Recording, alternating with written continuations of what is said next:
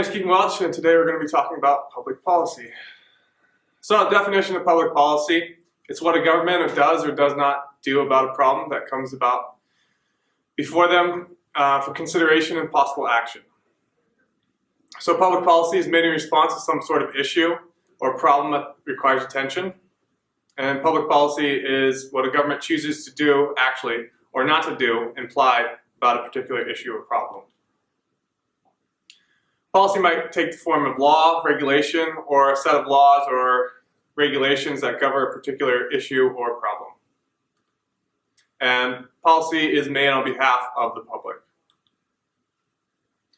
Policy is oriented towards a goal or desired state, such as a solution of a problem. Monitoring, so we're going to have to monitor the decision and see if we're actually fixing the problem that this whole process has identified and tried to fix for it. Like I said earlier, it's an ongoing process. So, public policy scope, it's a continuum. You have macro that looks at big problems such as security of the state, and then you have financial incentives on the micro side of this spectrum that will focus on a specific area and a specific problem. So you have security. It's the fundamental role of the military, and it's to protect citizens and project a sense of stability. There's a terrorist attack in 1996 in Egypt, and the group of extremists were trying to get their agenda recognized by the world. The world already knew their grievances, but it kind of went to the back page of the public policy. So the extremists went and attacked a tourist site, and that put them on the front page. So the next one is politics and administration, how the government organizes and manages its public policies. So management is affected by the policies and operations of numerous other government agencies whose primary missions deal with different functions. In most developing countries, agencies serve as governmental advocates for the country's primary industries, and they enjoy more political power because of this. So what you run into is that politics can change, especially in the United States, where if a park is managed by a energy department, then you have conflicting interests. For example, in Ecuador, Indonesia, and Tanzania, the Department of Agriculture also runs the national parks. And in Costa Rica, the national parks is given to the Ministry of Natural Resources, Energy, and Mines. So there might be some conflicts. An example in the United States in 2017 was the Bureau of Land Management put out this is the banner for their homepage, and due to a change of administration, they changed the banner, and so this is what they changed, but they had to take it down within a couple days due to public outcry. It's a coal shale. So just the two different pictures gives you an idea of what the Bureau of Land Management actually is supposed to be doing, or the public interpretation of what they're doing.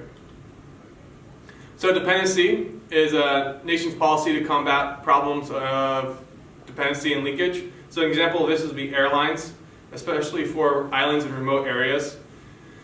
It's extremely expensive to operate, and small independent island nations won't be able to subsidize their own airlines, so they depend on other airlines to bring in tourists. Foreign ownership of land, though there are many places there's loopholes that be established to let foreign interests get a foothold. And then also employment opportunities for native populations. An example of this would be, let's say, a non-native English-speaking country, and does the government, or is there a public policy in place to train the natives in speaking a more popular language so that you don't have to hire outsiders to take jobs that could be done by the native populations. Infrastructure concerns the planning, financing, and construction projects. So these can be airports, utilities, roadways, or housing. Example of one way you can look at this is Mexico's Yucatan Peninsula. They built a superhighway from Cancun to Playa del Carmen, and it made virtually all the region's marine and cultural sites accessible to thousands of visitors daily. On the other hand, Costa Rica's Monteverde Cloud Forest Preserve decided not to pave a 40-kilometer dirt access road, and their reasoning for this was that even though that if they paved the road, it would generate more tourists but less per person spending. So with the dirt road, it takes so long to get out there that many of the tourists who go out to this forest preserve actually spend the night and spend more money in the area. And if they were to pave the entire 40 kilometers, then tourists would just go in and they make it a day trip. So it would decrease the multiplier effect. Oftentimes, bigger is better. More visitors and users equals distributed costs for the government and all interested parties. Fiscal policy, decisions relating to taxation and public expenditure. So it's a major force attracting tourism and, it's a major force affecting tourism and ecotourism, levying taxes on goods and services, and user fees from national parks which are collected. Unfortunately, there's a leakage effect, or the siphoning of funds for other purposes. And then finally, financial incentive, because tourism development incentive law, it offers a tax break for constructions of hotels. However, the hotel had to have a minimum of 20 rooms. So that excluded eco-lodges, because eco-lodges are usually smaller, less than 20 rooms, and participation of locals, because locals couldn't raise the funds themselves to fund a 20-room hotel to begin with. All right, so these are all the different ways that public policy can affect ecotourism. So what are some ways that citizens like you or me can actually affect public lands policy or public policy? So there's a couple different ways, ranging from adversarial, like lobbying, petitions, lawsuits, civil disobedience. That is very much a us versus them or them versus someone. And then you have the compromise stance, which is quid pro quo, forming alliances, and private ownership of ecotourism sites. So first way is lobbying.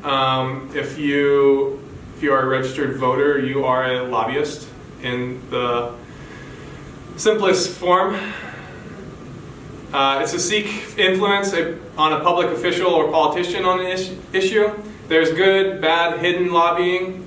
So in the United States, close ties between politicians and large companies lower the probability that the politicians will pass regulations that companies do or do not want. You can sign petitions, which is a formal written request made by an official person. Common and grassroots movements, and if the internet is an efficient and cost-effective way to collect petitions.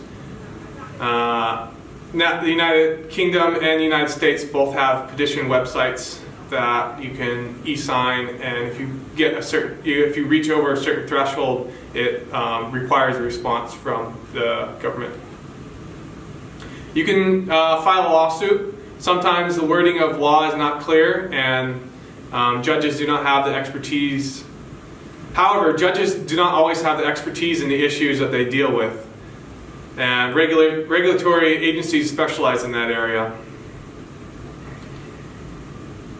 And then you also have civil disobedience, which is a refusal to obey government demands or commands, especially as a nonviolent or usually collective means of forcing concessions from the government. However, this may alienate some potential members who feel that the behavior is too extreme. So quid pro quo is something given or received for something else. So it's usually an agreement made with an incompatible industry to allow it to operate or expand. in one area in exchange for keeping another area free of operations. You can think of this as like sacrifice zones. You can form alliances with incompatible industries. So this is a compromise to both sides. Incompatible industry will be able to operate in a disputed area, although in a controlled manner, usually with some kind of third-party oversight. It still offers more value to the incompatible industry than spending millions of dollars to fight opposition groups. Ecologically supportive of practices that themselves can be more profitable than traditional practices. An example of this is the Redwood Acres in California. The Green Diamond Resource Company logs the redwood forests that are around Arcata and Eureka. And so the city of Arcata and Eureka paired with Green Diamond Resource Company to make a community forest that will be selectively logged at certain times, but still offers access to local citizens. And then lastly, you can take private ownership of an ecotourism site. It's likely to occur in developing countries where governments do not have the funds to manage a site, or the government officials are corrupt. So an example of this is Tawny's Cave in Virginia. The one entrance to the cave is owned by Bat Ranch Mike. There's no entrance fee. It's a cave owned by cavers. But the problem is that the agreements must be drawn carefully. Bat Ranch Mike might be very much involved with the caving community and want to keep it free, but after he, let's say he passes ownership to his son, and his son wants to make more money, then he can start charging an entrance fee, and there wouldn't be anything to stop him from doing that. So to wrap up, I think that public policy is something that affects everyone, and everyone should be paying attention to public policy, because public policy is always changing. There's always new precedences that are being set, and public policy is something that everyone should be aware of.